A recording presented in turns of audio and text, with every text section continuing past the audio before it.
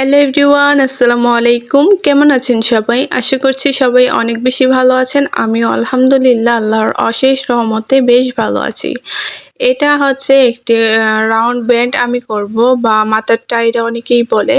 তো সেটা করার জন্য কিন্তু আমি এখানে হাতের কাজ এবং কিছু পার্ল সেট করে নিয়েছিলাম। এটার কাজটি আমি গত ভিডিওতে শেয়ার করেছি। এক আপু কমেন্ট করেছিলেন যেন আমি এটার যেভাবে তৈরি করেছি সেটার টিউটোরিয়ালটা যেন আপনাদের সাথে শেয়ার করি।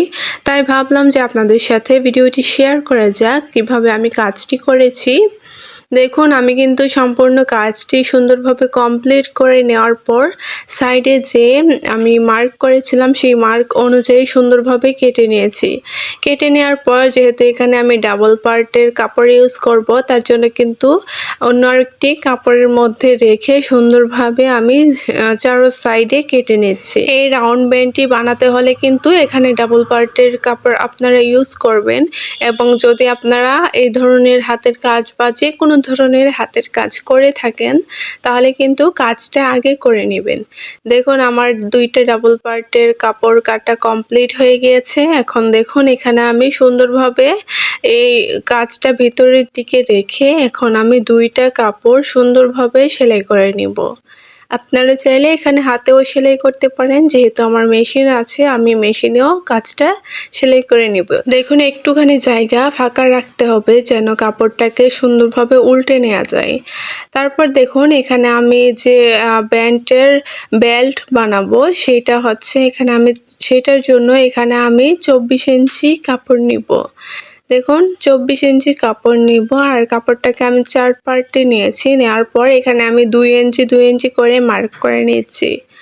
এটার চওড়াটা আপনারা 2 ইঞ্চি অথবা 3 ইঞ্চি, এটা আপনি আপনার পছন্দ মতো রাখতে পারেন। আমি এখানে বেল্টের চওড়াটা 2 ইঞ্চি রাখছি। দেখুন, আমি 2 ইঞ্চি মার্ক করে নেওয়ার পর সুন্দরভাবে কেটে নিচ্ছি। এভাবে করেই কিন্তু বেল্টের কাপড়টা আপনারা সুন্দরভাবে কেটে নেবেন।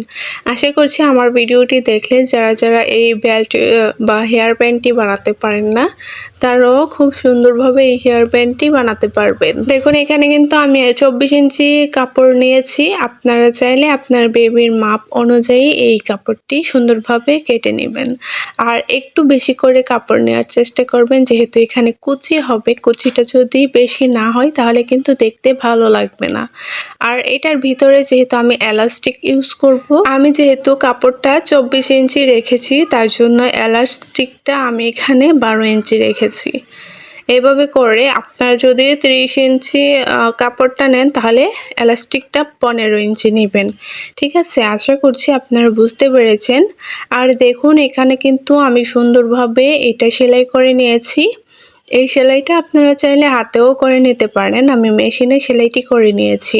আর এখানে একটু ফাঁকা রাখার কারণ হচ্ছে আমি যখন কাপড়টাকে উল্টাবো তখন কিন্তু আমার কাজটা করতে অনেকটাই সুবিধা হয়ে যাবে। দেখুন, আমি সুন্দরভাবে কিন্তু কাপড়টাকে উল্টে নিয়েছি। এভাবে কিন্তু আমার অনেকটাই সুবিধা হচ্ছে। অনেকে এইটা কাজটা করার পর কিন্তু হাতের কাজ করতে যায়, তখন কিন্তু দেখতে ভালো লাগে না। আপনারা চেষ্টা করবেন হাতের কাজটা আগে করে নেওয়ার, তাহলে কিন্তু আপনি এই রাউন্ড ব্যান্ডটা বানালে অনেক বেশি ভালো লাগবে। তারপর দেখুন, চারো সাইডে যে 4টা কোণা আছে আমি একটি কলমের সাহায্যে 4টা কোণা সুন্দরভাবে বের করে নিচ্ছি। কোণাগুলো একটু বের করে নেওয়ার চেষ্টা করবেন, তাহলে কিন্তু দেখতে অনেক বেশি ভালো লাগবে।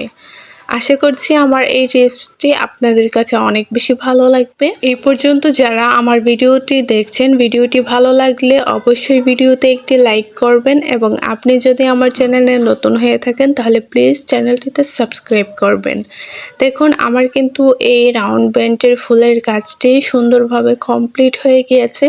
আর এই যে দেখুন, সাইডে একটু কাটার অংশ রয়েছে, এটা কিন্তু আপনারা মেশিনে সুন্দরভাবে সেলাই করে নেবেন, তাহলে কিন্তু বোঝাই যাবে না যে এই সাইডে জোড়া আছে। তারপর এখন আমি এটাকে কি করব সেটাই আপনাদেরকে দেখাচ্ছি। দেখুন, এখানে আমি একটি টুকরো কাপড় নিয়ে নিয়েছি। কাপড়টাকে সেলাই করতে হবে না। দেখুন আমি কিভাবে ভাঁজ করে নিয়েছি, আপনারা সেম ভাবে এই ভাঁজটি করে নেবেন, তাহলে কিন্তু দেখতে অনেক বেশি ভালো লাগবে। আর সেলাই দিলে কিন্তু সেলাইটা বোঝা যাবে। তারপর দেখুন, এই যে কাপড়টা এটা আমি সুন্দরভাবে ভাঁজ করে নিয়েছি বা কুচি করে নিয়েছি। দেখুন আমি ৪ টা কুচি করে নিয়েছি। আপনারা যদি একটু বড় টাইপের নেন তাহলে কিন্তু ৫-৬ টা কুচি আপনারা দিতে পারবেন। দেখুন আমি কিন্তু এভাবে কুচিটা করে নেওয়ার পর এখন আমি এই টুকরো কাপড়টাকে সুন্দরভাবে পেঁচিয়ে নিব। পেঁচানো বলতে একটা প্যাচ দিলেই কিন্তু জিনিসটা খুব সুন্দরভাবে আপনি সেট করে নিতে পারবেন। এভাবে পেঁচিয়ে নিয়ে সুন্দরভাবে এখানে আমি সেলাই করে নিচ্ছি। অনেকেই এখানে ব্লু বা গাম ইউজ করতে চায়। আমার মনে হয় যেহেতু এটা আমি হাতে করেছি, সম্পূর্ণটাই যেহেতু আমার হাতের কাজের, তাই এখানে আমি কেন ব্লু বা গাম ইউজ করব।